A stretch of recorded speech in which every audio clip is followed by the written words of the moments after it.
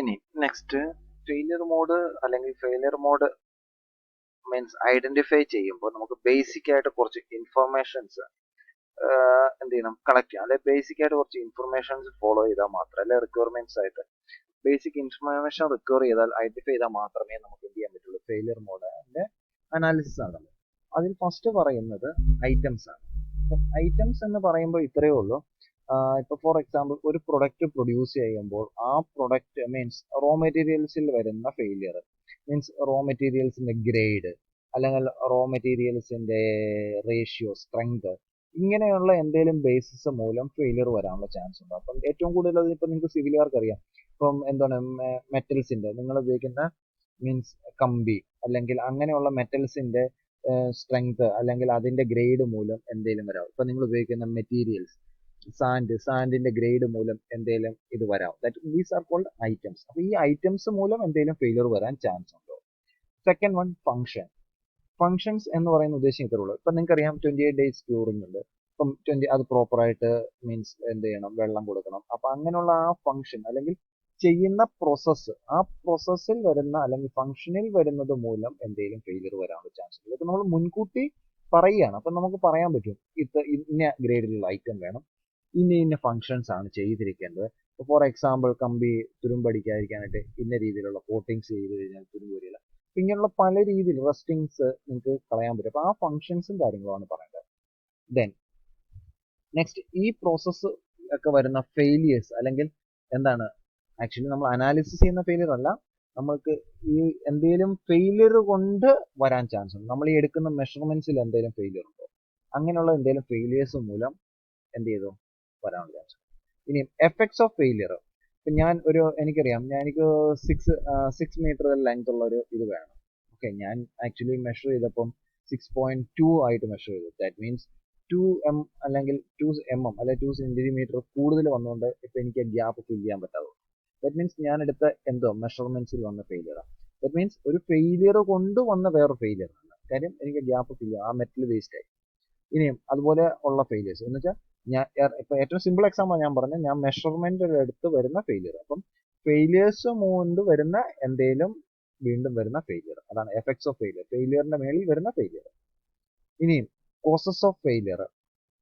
ഇപ്പൊ ഞാൻ ഒരു ക്യൂറിംഗ് ഡേറ്റ് എടുത്തു. ആ ക്യൂറിംഗ് ഡേറ്റ് എടുത്തു കഴിഞ്ഞപ്പം അല്ലെങ്കിൽ ആ ക്യൂറിംഗ് ഡേറ്റ് പ്രോപ്പർ ആയിട്ടല്ല, അല്ലെങ്കിൽ എന്ത് ചെയ്തു, ചെറിയ ചേഞ്ച് വന്നു. അപ്പൊ ആ ചേഞ്ചസ് കൊണ്ട് വരുന്ന കോസ് കൊണ്ട് വരുന്ന ഫെയിലിയർ. ഇപ്പൊ മെഷർമെന്റ്സ് എടുത്തു, ആ മെഷർമെന്റ് പ്രോപ്പർ അല്ല, അത് ഫെയിലിയർ ആണ്. അപ്പൊ അതുകൊണ്ട് വരുന്ന വേറൊരു എന്തെങ്കിലും ഫെയിലിയർ, മെറ്റൽ വേസ്റ്റ് ആയി, അപ്പൊ അതും ഫെയിലിയർ ആണ്. അപ്പൊ കോസസ് മൂലം വരുന്ന ഫെയിലിയേഴ്സ്.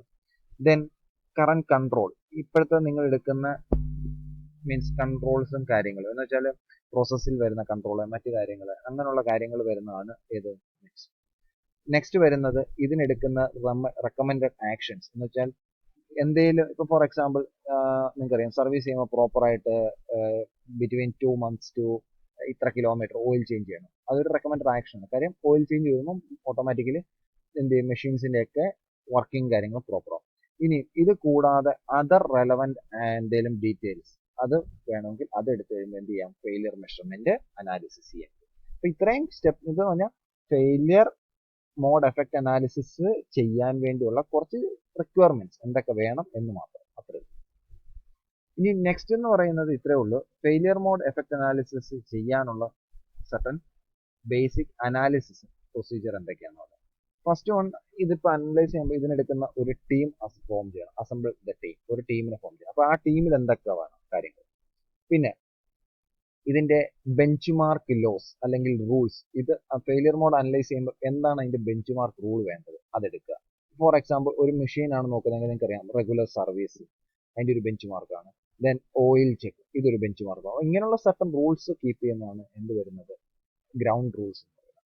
ദെൻ നെക്സ്റ്റ് പറയുന്നത് gather and review relevant information. ഇപ്പോൾ ഫോർ എക്സാമ്പിൾ ഒരു മെഷീൻസിനെ കുറിച്ച്, ഇപ്പോൾ ഫോർ എക്സാമ്പിൾ ഒരു മെഷീനാണ് നിങ്ങൾ ഫെയിലിയർ മോഡ് എഫക്ട് അനാലിസിസ് ചെയ്യാൻ എടുക്കുമ്പോൾ ആ മെഷീൻസിന്റെ ബേസിക് ആയിട്ടുള്ള എന്താണ് മീൻസ് ഇൻഫർമേഷൻസ് എന്ത് ചെയ്യണം, നിങ്ങൾ ഗ്യാദർ ചെയ്യണം, അത് റിവ്യൂ ചെയ്യണം. ഇപ്പോൾ ഫോർ എക്സാമ്പിൾ ആ മെഷീൻ ഓപ്പറേറ്റ് ചെയ്യണം ഇന്ന ടെമ്പറേച്ചർ വേണം, അല്ലെ ആ മെഷീൻ ഓപ്പറേറ്റ് ചെയ്യുമ്പോൾ ഇന്ന ഗ്രേഡ് വേണം, അല്ലെ ഇന്ന കാര്യങ്ങൾ ഉണ്ടെങ്കിൽ മാത്രമേ ഓപ്പറേറ്റ് ചെയ്യാൻ പറ്റുള്ളൂ.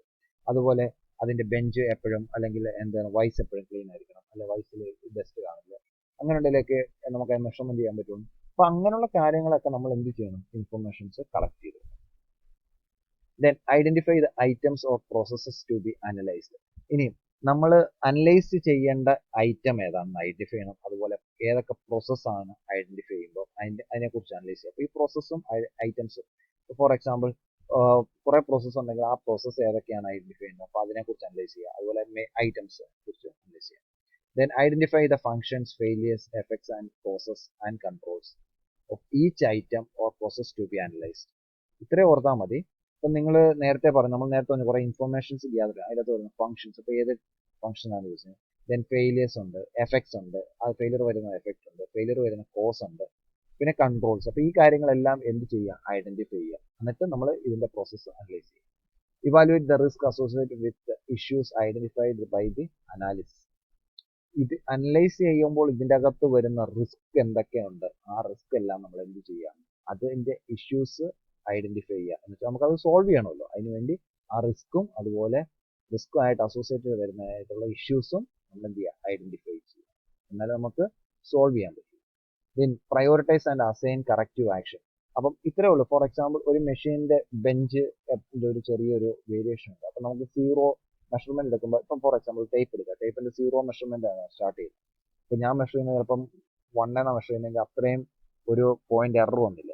അപ്പം എന്ത് ചെയ്യാം, നമ്മൾ ഇങ്ങനെയുള്ള കാര്യങ്ങൾ, ആ ടേപ്പ് എപ്പോഴും 0 എന്നാണ് മെഷർ ചെയ്യേണ്ടത്. അപ്പം ഇങ്ങനെയുള്ള കാര്യങ്ങളൊക്കെ അറിഞ്ഞിരുന്നാൽ, അല്ലെങ്കിൽ അറിഞ്ഞിരിക്കുമ്പോൾ നമുക്ക് എന്ത് ചെയ്യാൻ പറ്റും. അല്ലെങ്കിൽ ഇപ്പം ബെഞ്ച് മാർക്ക്, ഈ ബെഞ്ച് മാർക്ക് പ്രോപ്പറായിട്ട് ക്ലീൻ ചെയ്ത് വെച്ച് കഴിഞ്ഞാൽ മാത്രമേ അതിന്റെ മേളിൽ നമുക്ക് സ്കെയിൽ പ്ലേസ് ചെയ്യാൻ പറ്റുള്ളൂ. അപ്പം അങ്ങനെയുള്ള കാര്യങ്ങളൊക്കെ വരുമ്പോൾ അതൊക്കെ നമ്മൾ അറിഞ്ഞിരുന്നാൽ മാത്രമേ നമുക്ക് എന്ത് ചെയ്യാൻ പറ്റുള്ളൂ, അങ്ങനെയുള്ള കറക്റ്റീവായിട്ട്. അപ്പം ഇത് ഇങ്ങനെ ചെയ്യണം, അല്ലെങ്കിൽ പ്രയോറിറ്റൈസ് ചെയ്യാൻ പറ്റും. ഇതാണ് ഫസ്റ്റ് ചെയ്യേണ്ടത്. ഒരു വർക്കിന്റെ ഒരു ഇതെടുത്ത് കഴിയുമ്പോൾ നമുക്കറിയാം, ഫസ്റ്റ് ഇത് ചെയ്യണം, സെക്കൻഡ് ഇത് ചെയ്യണം, തേർഡ് ഇത് ചെയ്യണം, ഫോർത്ത് ഇങ്ങനെ ചെയ്യണം എന്ന് നമുക്ക് പറയാൻ പറ്റുള്ളൂ. അപ്പം അത് പറയണമെന്നുണ്ടെങ്കിൽ എന്താണ്, നമ്മൾ ഇതിനെക്കുറിച്ച് അറിഞ്ഞിരിക്കണം. അപ്പോൾ പ്രയോറിറ്റൈസ് ചെയ്തു, ദാറ്റ് മീൻസ് 1 2 3 ഓർഡർ പ്രയോറിറ്റൈസ്. എന്നിട്ട് നമ്മൾ എന്ത് ചെയ്തു, അതിന് വേണ്ട എറേഴ്സ് അല്ലെങ്കിൽ ഫെയിലിയേഴ്സിനെ 1 2 3 4 നമ്മൾ അല്ലെങ്കിൽ 1 2 3 4 അനലൈസ് ചെയ്തിട്ട് നമ്മൾ എന്ത് ചെയ്യുന്നു, ഇങ്ങനെയാണ് അതിന്റെ മെഷേഴ്സ് എടുക്കുന്നത്. ഇതിന് ഓരോന്നിനും കറക്റ്റീവ് ആയിട്ടുള്ള മെഷേഴ്സ് ഇങ്ങനെയാണ്, ഇതിന് ഇങ്ങനെയാണ് എടുക്കേണ്ടത് എന്ന് നമുക്ക് പറയാൻ പറ്റും. ഫോർ എക്സാമ്പിൾ നിങ്ങൾക്കറിയാം, ഇപ്പോൾ സോയിൽ വാഷ് ചെയ്തെടുത്ത് നിങ്ങൾ എന്ത് ചെയ്യുന്നു. അപ്പോൾ എന്തിനാണ് സോയിൽ വാഷ് ചെയ്യുന്നത്, അതിൻ്റെ ഡസ്റ്റ് പാർട്ടിക്കിൾസ് പോകാനൊക്കെ ആയിട്ട്. അപ്പോൾ ഇങ്ങനെയുള്ള നിങ്ങളുണ്ടോ, ആ ഒരു ചെറിയ സ്റ്റെപ്പുകൾ പോലും എന്താണ്, നിങ്ങളുടെ ക്വാളിറ്റിയാണ്. Then perform corrective action and re-evaluate risk. നമ്മൾ ഇനി ഒരു ഫെയിലിയർ വരാനുള്ള ചാൻസ് ഉണ്ടോ, അതിന് നമ്മൾ എന്ത് ചെയ്തു, കറക്റ്റീവ് ആക്ഷൻ എടുത്തു. ഇനിയും ആ കറക്റ്റീവ് ആക്ഷനെ നമ്മൾ പ്രോപ്പർ ആണോ അല്ലെന്ന് അറിയാൻ വേണ്ടി നമ്മൾ എന്ത് ചെയ്തു, വീണ്ടും റീവാലുവേറ്റ് ചെയ്തു, അതിന്റെ റിസ്ക് എന്തെങ്കിലും ഉണ്ടോ ഇല്ല. അപ്പോൾ അങ്ങനെയുള്ള കാര്യങ്ങൾ ചെയ്യും. Then distribute review and update the analysis as appropriate. ഇനിയും നമ്മൾ ഈ ചെയ്തിരിക്കുന്ന പ്രോസസ്സ് നമ്മൾ വീണ്ടും വീണ്ടും റിവ്യൂ ചെയ്ത് അപ്ഡേറ്റ് ചെയ്താൽ മാത്രമേ നമുക്ക് എന്ത് ചെയ്യാൻ പറ്റൂ, ക്വാളിറ്റി ഇംപ്രൂവ് ചെയ്യാൻ പറ്റൂ. Then last one, risk evaluation methods.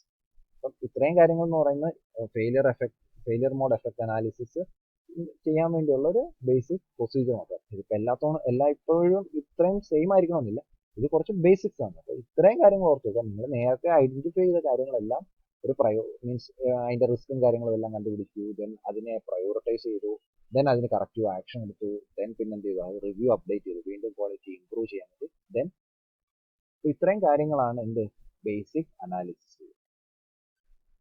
ഇനി ലാസ്റ്റ് വൺ എന്ന് പറയുന്നത് ഏതൊക്കെ type of failure mode effect analysis ഉണ്ടെന്നാണ്. First one, design failure mode effect analysis ഉണ്ട്. എന്ന് വെച്ചാൽ നമ്മൾ ഡിസൈൻ ചെയ്യുന്ന സമയത്ത് വരുന്ന ഫെയിലിയർ കാര്യങ്ങളാണ് എന്ത് പറയുന്നത്, design failure mode effect analysis. എന്ന് വെച്ചാൽ ഡിസൈൻ ടൈമിൽ എന്തെങ്കിലും ഫെയിലിയർ വന്നു കഴിഞ്ഞാൽ എൻ്റെ പ്രൊഡക്റ്റ് മൊത്തം മാറി. ഇനി നെക്സ്റ്റ് പറയുന്ന process failure mode effect analysis എന്ന് വെച്ചാൽ ഇപ്പം നിങ്ങൾ റോ മെറ്റീരിയൽസിനെ ഫൈനൽ പ്രൊഡക്റ്റിലേക്ക് പോകുമ്പോൾ ഡിഫറെന്റ് പ്രോസസ്സ് വരുന്നുണ്ട്. ഈ പ്രോസസ്സിൽ ഏതെങ്കിലും ഒരെണ്ണം ഫെയിലിയർ ആയാലും നിങ്ങൾക്ക് ഏത് വരാൻ പറ്റും, നിങ്ങൾക്ക് ഫെയിലിയർ ആവാം. അപ്പൊ അങ്ങനെയുള്ള ചാൻസസ് അത് നോക്കുന്നതാണ് ഇവിടെ പ്രോസസ് ഫെയിലിയർ. ഡിസൈൻ എന്ന് പറഞ്ഞാൽ നിങ്ങൾ ഇപ്പോൾ വീട് വെക്കുമ്പോൾ നിങ്ങൾ പ്ലാൻ കാര്യങ്ങൾ വരയ്ക്കുന്നു, അതാണ് നിങ്ങൾക്ക് ഡിസൈൻ മോഡ്. ഇനിയും അത് നിങ്ങൾക്കറിയാം, താഴെ ഫൗണ്ടേഷൻ കെട്ടണം, പിന്നെ അതിന് മേലോട്ട് ഭിത്തി കെട്ടി, ദെൻ കോളം പില്ലർ കാര്യങ്ങളെല്ലാം ഉണ്ട്. അപ്പൊ ഇങ്ങനെ വരുമ്പോൾ ഇതിനെല്ലാം ഓരോ പ്രോസസ്സ് ഉണ്ട് അല്ലേ, ഓരോ പ്രോസസ്സ്. ഇപ്പം പില്ലർ ചെയ്യണം ആദ്യം, അത് കഴിഞ്ഞ് വേണം മറ്റേ ഇത് കൊടുക്കാൻ, ഭിത്തി കെട്ടാൻ, അങ്ങനെയുള്ള കാര്യങ്ങളാണ് ഒരു പ്രോസസ്സ് ഷെഡ്യൂൾ. അപ്പൊ ഇതിൽ എന്തെങ്കിലും ഫെയിലിയർ മൂലം നിങ്ങൾക്ക് ക്വാളിറ്റി പോകുന്നു. അപ്പൊ അതാണ് പ്രോസസ് ഫെയിലിയർ മോഡ് എഫക്റ്റ്. ഇനി മെഷീനറി ഫെയിലിയർ മോഡ് എഫക്റ്റ്. ഇപ്പോൾ ഫോർ എക്സാമ്പിൾ പ്രൊഡക്ഷനകത്ത് ഒരു മീൻസ് മെഷീനറി ഉണ്ട്, ആ മെഷീനറി പ്രോപ്പറായിട്ട് നിങ്ങൾ സർവീസ് ചെയ്യുന്നില്ല, റെഗുലർ സർവീസ് ഒന്നും ചെയ്യുന്നില്ല, അപ്പൊ എന്ത് ചെയ്യാം, ഫെയിലിയർ വരാം. അപ്പൊ അതെവിടെ വരും, machinery failure mode effect analysis. അപ്പൊ ഇതൊക്കെയാണ് different types of failure mode effect analysis ചെയ്തത്. ഒന്ന് ഡിസൈൻ, പ്രോസസ്സ്, മെഷീനറി. മെഷീൻ ഉപയോഗിക്കുന്നുണ്ടെങ്കിൽ ആ മെഷീൻ ഫെയിലിയർ റെഗുലർ പ്രോസസ്സ് ചെയ്ത്. ദെൻ എന്താണ് ഇതിന്റെ അഡ്വാൻറ്റേജ്? അഡ്വാൻറ്റേജ് ഇത്രയേ ഉള്ളൂ. Identify potential failure modes for a product or process. എന്ന് വെച്ചാൽ നമുക്ക് ഇത്രേ ഉള്ളൂ, ഒരു പ്രൊഡക്റ്റിനകത്ത് അല്ലെങ്കിൽ പ്രോസസ്സിനകത്ത് വരുന്ന പൊട്ടൻഷ്യൽ ഫെയിലിയേഴ്സിനെ നമ്മൾ ഐഡന്റിഫൈ ചെയ്യാൻ പറ്റും. ദെൻ റിസ്ക് അസോസിയേറ്റഡ്, ഓരോ ഫെയിലിയർ മോഡ് അല്ലെ ഓരോ ഫെയിലിയർ വരുന്നതിന്റെ അതിന്റെ കൂടെ അസോസിയേറ്റ് ചെയ്തിരിക്കുന്ന റിസ്കിനെ നമുക്ക് കണ്ടുപിടിക്കാൻ പറ്റും. ഇനി ഈ ഫെയിലിയർ അല്ലെങ്കിൽ ഇത് മൂലം വരുന്ന ഇഷ്യൂസിന് കറക്റ്റീവ് ആക്ഷൻസ് എടുക്കാൻ പറ്റും. അതിനെ മീൻസ് ഏതൊക്കെ ആക്ഷനാണ് ആദ്യം എടുക്കേണ്ടത്, അങ്ങനെ ഒരു നമുക്ക് പ്രയോറിറ്റൈസ്ഡ് ഓർഡർ ഉണ്ടാക്കാൻ പറ്റും.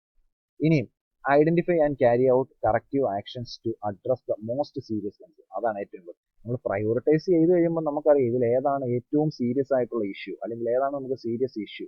ആ ഇഷ്യൂവിനെ നമുക്ക് ഐഡന്റിഫൈ ചെയ്യാനും പറ്റി, അതുപോലെ അതിന് കറക്റ്റീവ് എന്ത് ചെയ്യാൻ പറ്റി, ആക്ഷൻ എടുത്ത് അത് കറക്റ്റ് ചെയ്യാനും പറ്റി. അപ്പോൾ ഇതാണ് ഇത് ഫെയിലിയർ മോഡ് എഫക്റ്റ് അനാലിസിസിന്റെ അഡ്വാൻറ്റേജസ്. ഇത്രയും കാര്യങ്ങളും കൂടെ ഓർക്കുക. ഇത്രയാണ് ഓൾ അബൌട്ട് 5th മൊഡ്യൂൾ